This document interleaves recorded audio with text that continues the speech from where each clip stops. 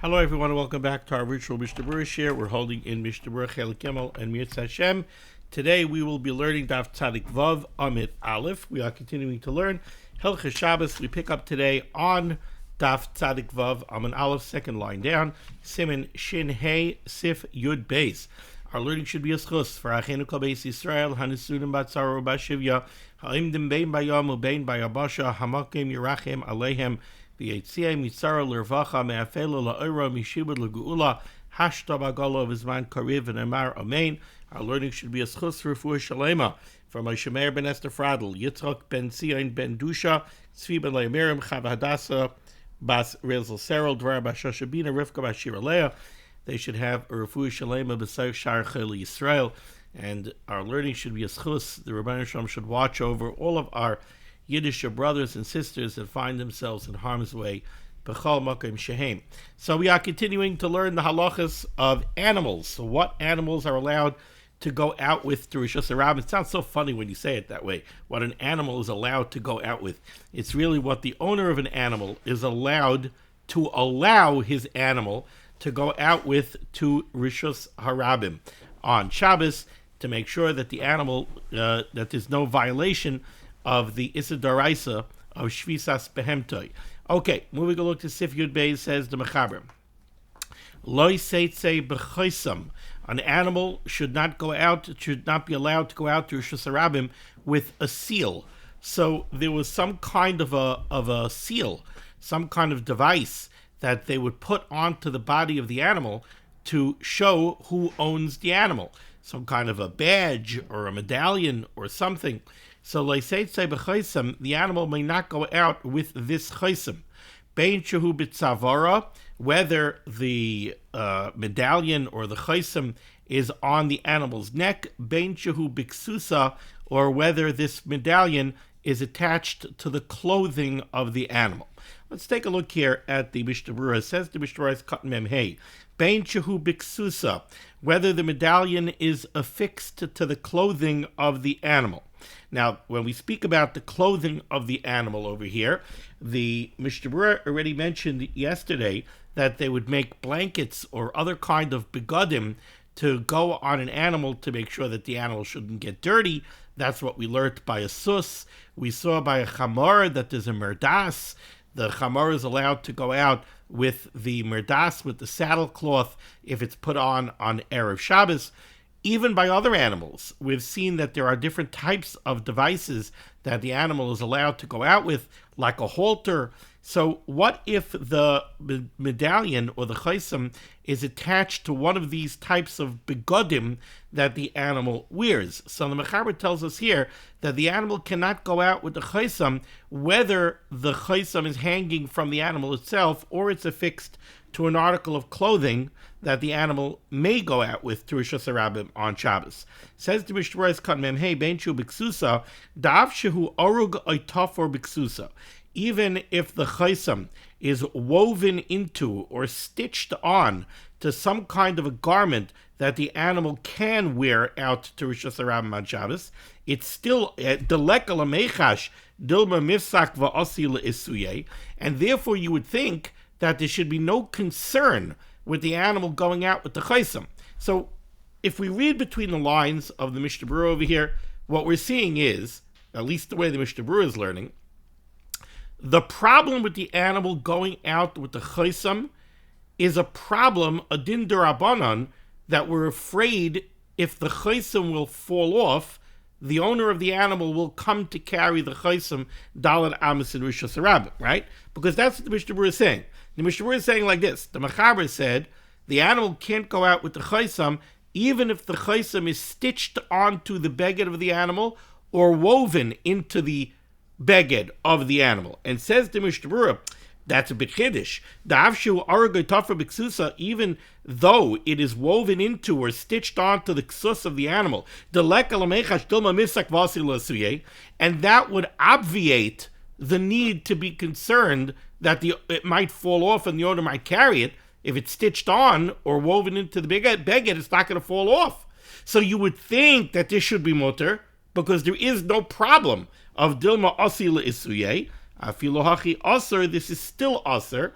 The gazra arig atu ene arig, because we're geyser and we say that the animal can't go out with the chaysam if the chaysam is stitched on or woven into the beged, because if we're going to allow you to do that, you'll come to allow the animal to go out with a chaysam that is not stitched onto the beged or woven into the beged, and then we're going to have to be concerned that the chaysam might fall off and the owner might come carry it al adamas and rishus harabim. But one thing we see very clearly here, and that is that the Mishnah Berurah is learning over here that the whole problem of this chaysam is that we're concerned if we allow the animal to go out to rishus harabim with the chaysam might fall off and the owner might carry it dal adamas and rishus harabim. Now that's very interesting because, first of all, if you look at the Gemara in Shabbos, neither Rashi nor Tosfos learn this way. Rashi and Tosfos both learn that the problem with the chaysam is that when an animal goes out with a chaysam, somehow that looks like you're taking the animal to market. The same way we said yesterday that when an animal goes out with a bell, it looks like you're taking the animal to the market to sell it. So too, when the animal goes out with a seal, somehow it looks like you're taking it to market. That's what Rashi says. That's what Tosfos says. Neither one of them say that the problem is dilma osi le'asuye, but so says the Mishnah Berurah over here, that that's what's driving this halacha over here in the Mechaber. Now, the other thing that gives me pause about this sif is, again, what comes across is that as far as the seal being a masui, somehow we're not worried that the seal is a masui. Now, if the seal is stitched on to the beged of the behema, then I can understand why it's not a masui, because maybe you'll tell me that if the seal is stitched onto the beged, somehow it's bottled to the beged, and therefore it's not a masui. But if it's on the neck of the animal, I'm not sure why it's not a problem, because it's a masui. It doesn't help the animal in any way. This is not a beged for the animal that protects the animal's body. It's also, we suggested yesterday, we learned from Rav Moshe that there are times that we look at a beged on an animal and we say that it is a beged even if it doesn't directly benefit the owner, right? The animal. So we said that if a sheep has a garment around its wool to protect the wool from becoming dirty, that's considered a beged, and the animal's allowed to go out. And we asked the question, why? It doesn't benefit the animal. The animal doesn't care if its wool gets dirty. It doesn't make him uncomfortable. So how is this a beged for the animal? So Rav Moshe said the answer is because it is serving the function of a beged. Now, it's serving the function of a beged not for the animal, for the owner, right? And we said that by animals don't wear begadim.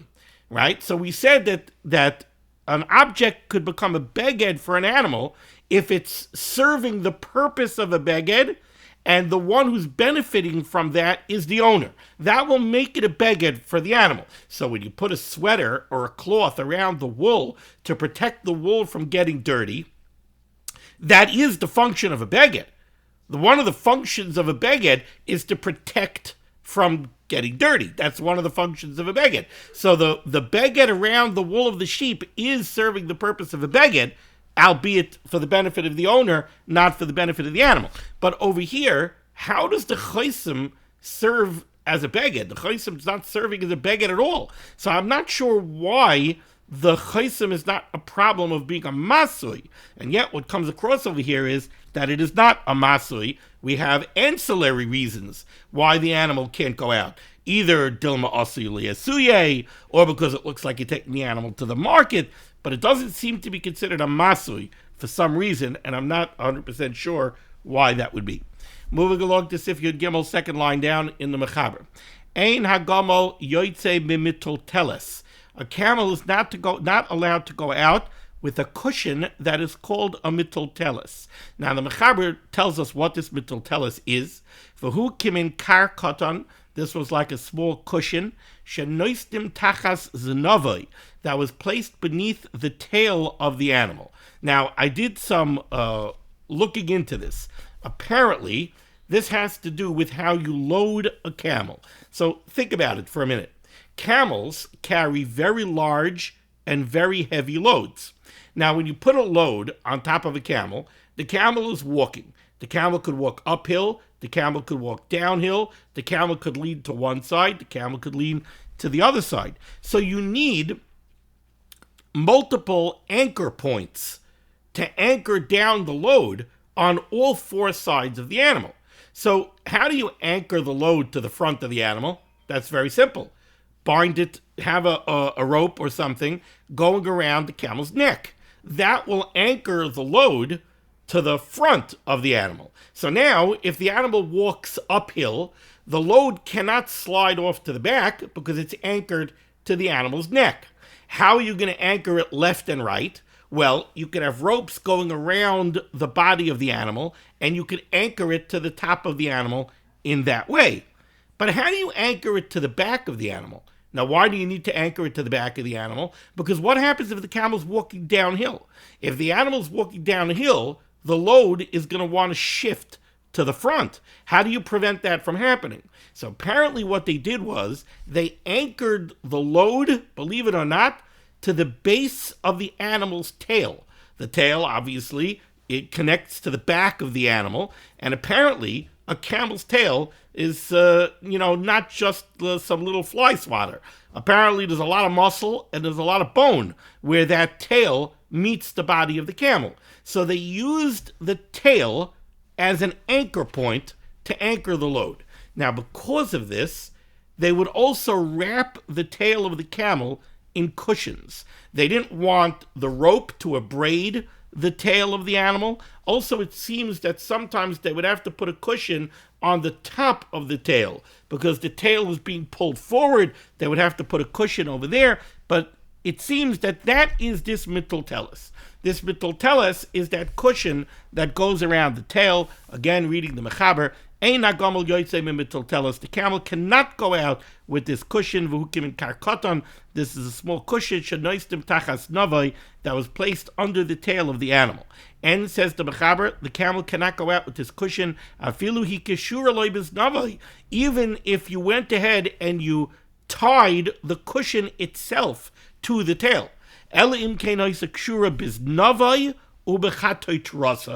Unless you anchor the cushion using two anchor points. If you tie the cushion to the tail and you also tie the cushion to the camel's hump, now we're going to say that the cushion is firmly affixed to the animal and we don't need to be concerned that it's going to fall off. Oy b'shil yasa. Now this, again, we're not farmers, we don't deal with animals, but the shilya is the placenta. So apparently sometimes the placenta would be hanging out of the animal, and you could use that as an anchor point as well for this cushion. So in a nutshell, the halacha of Sif Yud Gimel, we have this we have this cushion that goes on the camel's tail. Says the Mechaber, the camel cannot go out with the cushion. Why not? So obviously, reading between the lines of Sif Yud Gimel, the concern is that the cushion might fall off in Rishus HaRabim, and the owner might come to carry it. Therefore, says the Mechaber, the camel cannot go out with the cushion unless the cushion is well anchored. If it has two anchor points, if it's anchored to the tail of the hump or the tail of the placenta, then the animal could go out with it. Says the Mishnah Berurah, Ois Katan Mem Vav, Afilu Hi Keshura. Again, the problem over here is the Shem and Nafel, maybe the cushion will fall off, Vasi L'Isuye, and the owner might come to carry it Dalaramis in Rishus HaRabim. Aval Kishek Shura B'Shneihem, but if it's anchored and 2 points, Mihadak Shapir, it is well affixed to the animal, V'loi Nafal, and we're not concerned that it might fall off, V'chein B'Shil Yasa. And so too, if it's tied to the placenta, this is not because it has a second anchor point. This is for a different reason, says the Mishnah Berurah. Kevin de Koyevla. If the cushion is fastened to the placenta, then every time the cushion moves, it's going to be yanking on the placenta. That's going to hurt the animal, and therefore that will prevent the camel from shaking around its tail to try to shake off the cushion, because it hurts when he does it, so he won't do it. What's Chatei Trasai, says the Mishnah Berurah. Guess what? Camels have humps. I guess back in the day, they didn't have access to all the pictures that we have nowadays. And I don't think they had camels in Radin. So the Chavetz Chaim has to tell you, you want to know what a HaTorah is? It's the hump. Camels have humps. Okay. Says the Mechaber Weiter, 4 lines down, Sif Yodalid. Loi seitze shum behema, loi okud v'loi rogol. An animal is not allowed to go out to Rishus Harabim if it is bound in the style of okud or rogol. Says the Mechaber Pirush okud. What does okud mean? Shekorshe yodai achas im ragla, where you take one foreleg of the animal and you tie it to one of its hind legs. Now, the reason you do this is to prevent the animal from running. You want to keep the animal safe, so you want to prevent it from running, so you would tie one foreleg to one hind leg. That's called okud. Verogel, what's rogel? Hainu shekosher achas me raglea klape mala. That's when you take one of the hind legs, you bend it at the knee, and you tie it up. Now the animal could only travel on 3 legs, so it's not going to be able to travel fast. In any case, you're not allowed to bind an animal and take it out to Rishus Harabim if it is bound in any of these ways. Says the Mishnah Berurah, why is this not allowed? Because this makes the animal distinctly uncomfortable. So you're taking a rope. Now, when the animal goes out to Rishus Harabim, it's wearing the rope. Now, how do we look at this rope? Is this rope benefiting the animal? Not really. It's hurting the animal. So therefore, we can't look at this rope as being a beged. We have to look at this rope as being a masui. To be kol ze yesh tsar gadol behema, this bothers the animal very much, or masihula, and therefore it becomes a burden. Now that's one pshat. Now the Mishnah Berurah says another pshat. The Yesha Kasru, however, there are others that say, the Gad, the Graz, the Lerushe Srod, the Yesha Kasru, that is a different problem. Mishum Dilman Nafal Achevel Maisila. No, the problem over here is the same problem we've been dealing with in other cases. We're afraid that the rope might fall off, and the owner might come to carry it to Alanamas and Rishos Harabim. Now, I think the reason there's a dispute over here is because the first pshat is saying that the rope constitutes a masui. Why does it constitute a masui? Because the animal doesn't like it. It bothers the animal. So how could we call it a beged? I think the ones who say the pshat that the problem is dimel nafal v'esuye is because, yeah, the animal doesn't like it, but it is serving the animal. You know why? It's protecting the animal. An animal might not like having a leash and being tied to a post either, right? He might be yanking on it because he wants to run away. But that's not for the benefit of the animal. We want to keep the animal safe. This is nitirusa. We learned at the beginning of the Siman that anything that's for the protection of the animal is not considered a masui. The animal is allowed to go out. So I think these other Yamram are saying that, yeah, the animal doesn't like the way its legs are tied up, but it is for the shmira of the animal, and therefore the rope would be a beged, it wouldn't be a masui. So what's the problem? The problem must be we're afraid the rope might fall off, and the owner might carry it to Alanamas in Rishos Harabim. Continues the Mishnah Berurah, v'dafka yada achas. This is only a problem when you're tying one foreleg to the hind leg. But if you tie the animal's 2 front legs together, or you tie the animal's 2 hind legs together, which apparently this is something that they would do to horses when they're pasturing, that would be mutter, because that's protection. What the Mishnah Berurah is saying is that when you do this, this is not sar gadol to the animal. So since it's not sar gadol, therefore it could constitute a beged. V'chanal bereish as Siman. Moving along to Sif Tezvav. La yikshar gemalim zeh achar zeh. You cannot tie camels together in a camel train. So you tie them one after the other, one after the other, one after the other. And v'hu toifes ba'afsar harishain, and the one who's leading the train holds on to the reins of the halter of the first camel, the kulam nimshachim agadai. So a guy has 20 camels tied in a long train. He takes hold of the reins that are attached to the halter, the afsar, of the first camel, and he leads the first camel, and all the other camels follow. Says the Mechaber, you're not allowed to do this on Shabbos. Avalim Taifis Kama Afsire Gemalim Biyadai. But if you have 10 camels that you want to lead, and each one has its own halter and its own rein, and now you want to take the 10 reins together in one hand and lead 10 camels, that, the Mechaber says, mutter. That's okay, according to the first opinion. Veyesh misha oiser gam bazeh, but there are those that rule that even this is aser. V'lo hiter elo lohitzi behema achas levadoi, and on Shabbos you're only allowed to lead one animal in Rishus Harabim at a time. V'hu moishcha b'chevel, and you pull it with the rope. Says the Mishnah Berurah Kat Mem Tes. Lo yikshar. You can't tie up the camels in this long train and lead all of them by leading the first one. Why? What's the problem with this? Says the Mishnah Berurah, when you lead a long camel train like that, it looks like you're a camel dealer and you're taking all your camels to the marketplace. On my high time, and for this reason, for this reason, there would be no difference if the animals were tied together in a train from Erev Shabbos or not. So what? So what it was done on Erev Shabbos? The bottom line is, on Shabbos, when you lead this camel train, it looks like you're taking them to the market. Now, the Mechaber said that you're not allowed to lead all of the camels in a long train when you're only pulling the reins of the first one.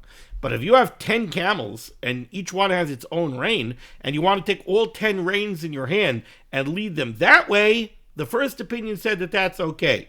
But there's a v'yesh misha oiser, says the Mishnah Berurah, das yesh misha oiser. The reason why the more chamerdika opinion says that even that's oiser is disfirle the gabazeh shayach hatamanal. He says that also looks like you're taking them to market. Apparently, the first opinion held that that's not the way you take camels to market. The way you take them to market is you make a long camel train. So if you take 10 reins in one hand, that would be okay. The second opinion says, no, that's also a method of taking them to market, and that's also usher. This yesh misha oiser is a single solitary opinion. All the other poskim seem to disagree, and therefore, we don't have to be concerned with that machmir opinion. Ois cotton tezayin, interesting halacha. Hamoitzi behema, somebody who's going out with a behema to Rishus Harabim. V'hu moishcha ba'afsar, and he's leading the animal by holding the leash or the reins that are attached to the animal's halter or collar. Tzarich lizoyer, he needs to take care. Shelo yetze roish hachevel mitachas yodai tefach lemata. He has to take care that when he holds the reins, okay, or the leash. So you're holding the leash of the animal, so the leash leaves your hand, and it's going out to the animal. What you don't want is, you don't want the leash to come out of your hand and drop down a tefach, right? If there's slack in the leash between you and the animal, so it's going to arc. The leash is going to go down. You're tall, the animal is down there. I mean, assuming it's a small animal, but even if it's a big animal, if there's a lot of slack and you're ahead of the animal, so that unless you keep tension on the reins are going to droop down. What you don't want is that the leash or the reins should leave your hand and drop down a tefach. That's what the Mechaber says here. He has to be careful that the end of the rope should not come out of his hand and go and drop down a tefach. Why? What's the problem? Because if it does, because then if you're holding it and the rope drops down like that, it looks like you're carrying a rope. If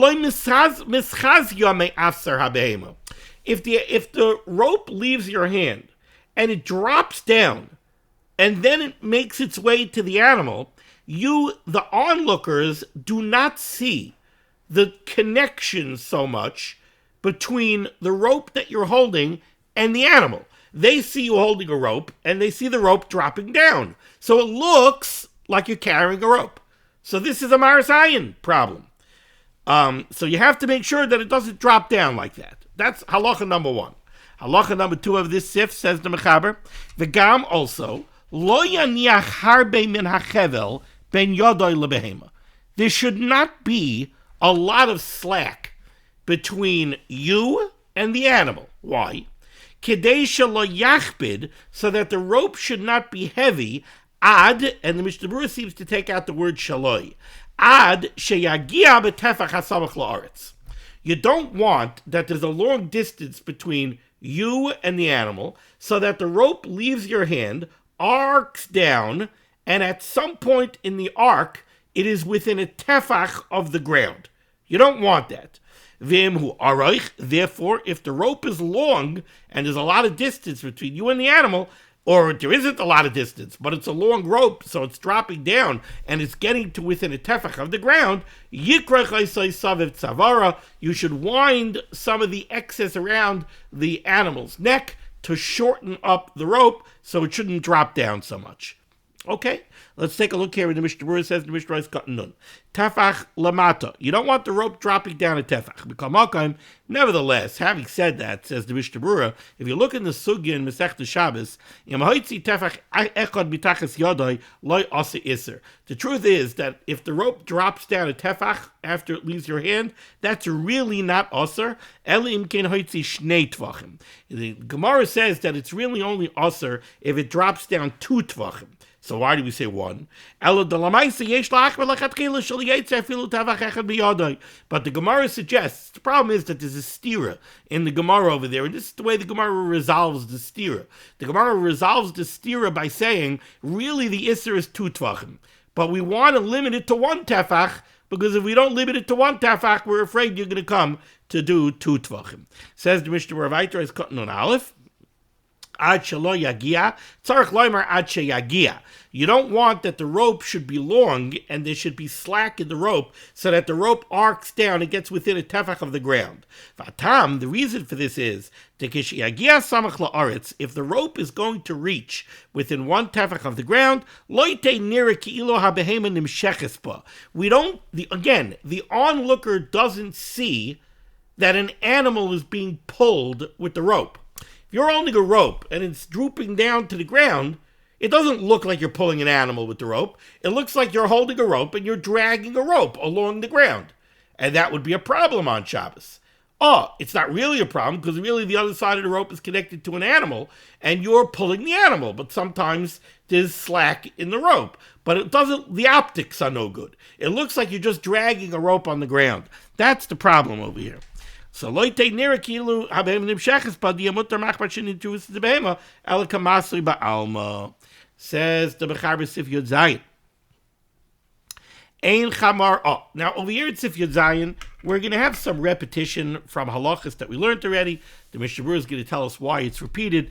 In a nutshell, the reason why some halachas are repeated over here is because largely what we're doing over here is quoting a Mishnah from Masechta Shabbos. So some of the cases that we already covered happen to be in the Mishnah. We're quoting in the Mishnah, so we say them again. For instance, halacha number 1, we had already. Ein chamar yoytze b'merdas, a donkey is not allowed to go out with a saddlecloth bisman she'ena kishur aloi bein erev Shabbos, if the saddlecloth was not tied onto the donkey already on erev Shabbos. We learned that already, right? We said, if the saddlecloth is tied to the donkey on erev Shabbos, then we understand that the saddlecloth is there to serve as a beged to the donkey to keep the donkey warm. But if you didn't have it on erev Shabbos, and now you're only putting it on Shabbos, so then it looks like the donkey didn't really need it. So why are you putting it on now? Because you want to transport it. So you can't have a merdas on the donkey and take it out to Rishus Harabim unless the merdas was already on the donkey from erev Shabbos. Halacha number 2. V'loi bezug. You can't take out a donkey or another animal with a bell. Afal pishu pokuk. Even if the bell is already stopped up. We already learned that halacha. It's Sif Yud Aleph. What's the problem? You take out a donkey with a bell, it looks like you're taking it to market. Next halacha. Halacha number 3. This is a new one. V'loi besulam shebetzavaroi. You can't take out a donkey with a ladder affixed to its neck. What's this? Explains the Bechaber. V'hei luchais, these are boards, shekoishrim saviv tzavarai, that you would bind to the sides of the animal's neck, shelo yechakech makosai, so that the animal should not be turning its head and trying to get at a wound that's on its neck to go ahead and scratch it. So you would bind kind of like a splint around the animal's neck to keep the neck straight. And the donkey can't go out with a strap on its leg. What is this strap all about? This was like a thick ring that was braided out of straw. And they would tie it to the feet of an animal who walked with a very short stride, so that its feet would bang into each other. And they would make this strap to prevent the feet from abrading one another. Okay, now we haven't given reasons yet. We're giving things that the animal can't go out with. We haven't seen reasons. I mean, the two that we just saw, the sulam and this ring, they would seem to be bona fide begodim for the animal, right? One is protecting the animal from coming to harm because it's going to scratch its wounds. The other one is it's protecting the animal from coming to harm so that the legs shouldn't abrade each other, so that these would seem to be begodim. So I'll give you a heads up. The reason for these are because we're afraid if we're going to allow the animal to go out to Rishus Harabim wearing these devices, if they fall off in Rishus Harabim, the owner might come to carry them Daled Amos in Rishus Harabim. Weiter. Chickens cannot go out into Rishus Harabim with threads of yarn that they would tie to the feet of the chickens as a mark of ownership. Nor can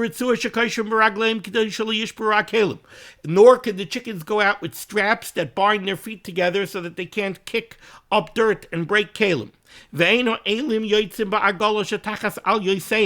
Rams cannot go out with these little wagons that they would put under the ram's tail so that the ram's tail should not drag on the ground and become abraded.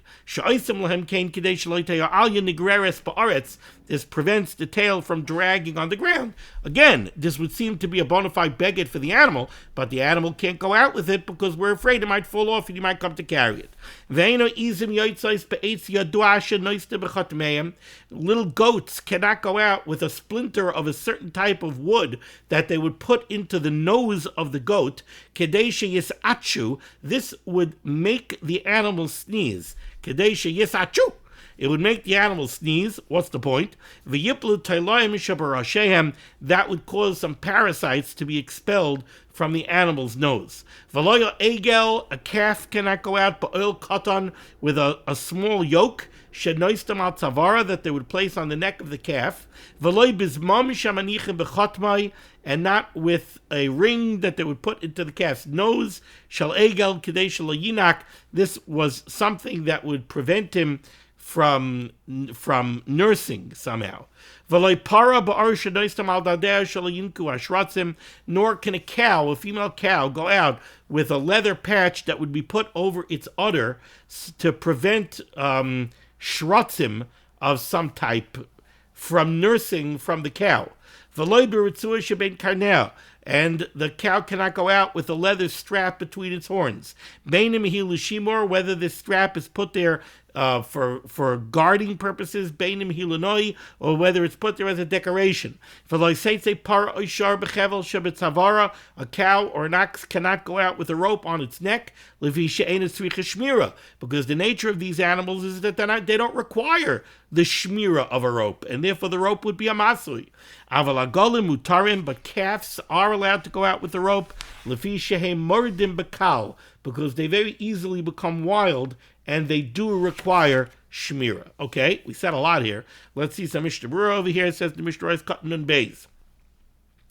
Ein chamar, the chamar cannot go out with the merdas unless the merdas was tied on at Erev Shabbos. Also, they can't go out with the bell, even if the bell is stopped up. Says the Mishnah Berurah, Kfar Muvel El B'Sif Aleph or B'Sif Sif Yud Aleph. We learned both of these halachas, one in Sif Aleph and one in Sif Yud Aleph. Ushnaya, they are repeated over here, Mishum Inach, because of the rest of the list. The Nishta Kol B'Mishnah Achas B'Gemara, because all of these cases are in one Mishnah in Masechta Shabbos, and we're quoting the whole Mishnah. He's cutting in Gimel. V'loy b'sulam, the chamar cannot go out with the ladder affixed to its neck. Tam kol elu, The reason for all of these isurim, says the Mishnah Berurah, is, and he says in the brackets, levad me elu shenavar behed yataimam, with the exception of those that the Mechaber tells us a specific reason why those are usher, but the reason for all of these in a general sense is mishum dechayas alayhu, because the devices that we're speaking about have value, and therefore the owner cares about them, v'inafil, and if they fall off, asil isuye, the owner might come to carry them dalad amas in rishus harabim. Ois cotton and dalad, we spoke about the strap around the animal's foot. V'ukimin tabas, this is like a ring that prevents the 2 feet from banging into each other and from abrading each other. Zeu pirush Rashi, this is the explanation of Rashi. Uberif pirush oid, the Rif gives another explanation. Tegishenivka parsa sharegal habehema, sometimes the hoof of the animal would break. Kaishrin oisa biritzua, they would bind it on with a strap, kadesha tachlim v'sachsa l'kamoisha hoisa, so that it should heal and refuse back on v'chein pirush harambam v'pirush hamishna. But in any case, again, why is it usher? Because this tabas might fall off and the owner might come to carry it. Ice cotton nun hay, they would tie a strap to the feet of the chicken so that the chicken should not break kalim.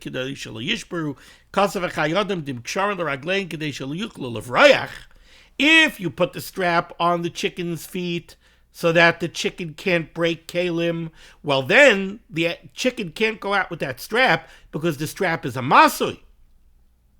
Right? That strap is not helping the chicken in any way. But if you put on the strap so that the chicken can't run, shari lotzeis bahen, then it's mutter for the chicken to go out with it, to call mashederech latzeis l'shmirasan hevelokamay malbush, because anything that it is normal to put onto an animal to protect it and to guard it becomes a malbush, and then the animal could go out with it. V'chein kasam b'sefer days of Yisrael b'shem Chuas Maimar Mordechai. Ois cotton and vav aloi bizmum. We said that the calf cannot go out with a zmum that you put in the nose. The Biur HaGra suggests that the animal can't go out with this ring because it's a burden, not because we're afraid it's going to fall off and the owner will come to carry it. This is like the muzzle of Sif Yud Aleph, the Shamatam Mishom Masui. We said that a cow cannot go out with a strap between its horns, whether it's there for guarding purposes or if it's there to beautify the animal. Because this strap is a extreme level of shmira that's not necessary. Cows and oxen, it says over here, menastam, don't need shmira, ve'evimasui, and therefore, whatever you're putting on them, you're putting a rope on them, the rope becomes a masui. Ve'im tival of rayach, but if it's a wild animal that will run away, this part of Sif Daled demutter. Then we said in Sif Daled, if a specific animal needs a higher level of shmira than other animals of its type, then whatever you need to do for that specific animal is mutter. I've got nuntes.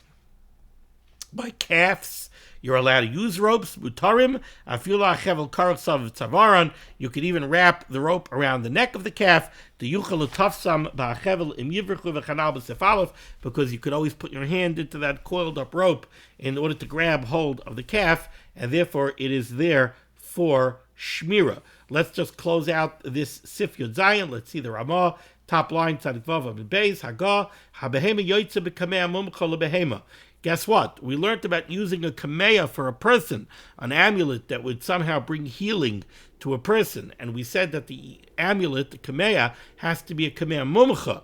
It has to be a proven effective kameya in order for a person to go out to Rishos around with it on Shabbos. Apparently, there was such a concept as a kameya by an animal also.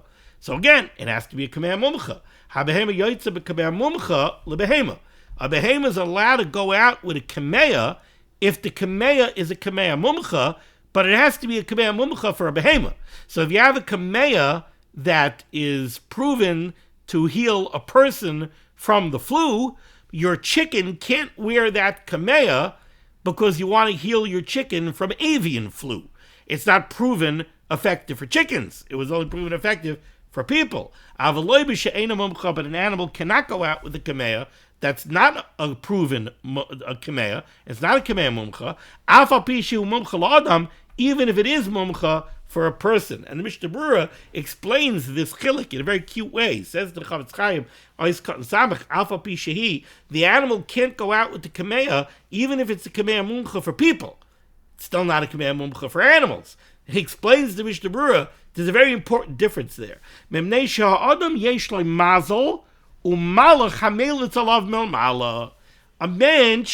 has a malach. You have an angel. You have a malach that's arguing on your behalf, that's looking out for you. So if you have a kameah, between the combination of the kameah mumcha and the malach who's working for you, okay, maybe it works. Your mazel and your malach, that helps in combination with the kameah. It makes the kameah effective. A behemoth doesn't have a malach arguing on his behalf. A behemoth doesn't have mazel. So therefore, very nice that you have a kameah that's mumcha for a person. There's a lot more working for a person than just the kameah. The animal, all it is the kameah. So if the kameah is not proven for animals, it's proven for people, it's not worth anything. Okay, we're going to stop over here. We'll continue next time with Sif Yud Ches. Thank you so much for joining me for limud HaTorah. This list of limud HaTorah should be making against Klal Yisrael. The Rebbeinu Shalom should send Yeshua's refuahs panos and sheduchim to those in need. We should be zoichet to see the B'yas Kol Tzedek. B'meherav Yameinu Amen. Be well.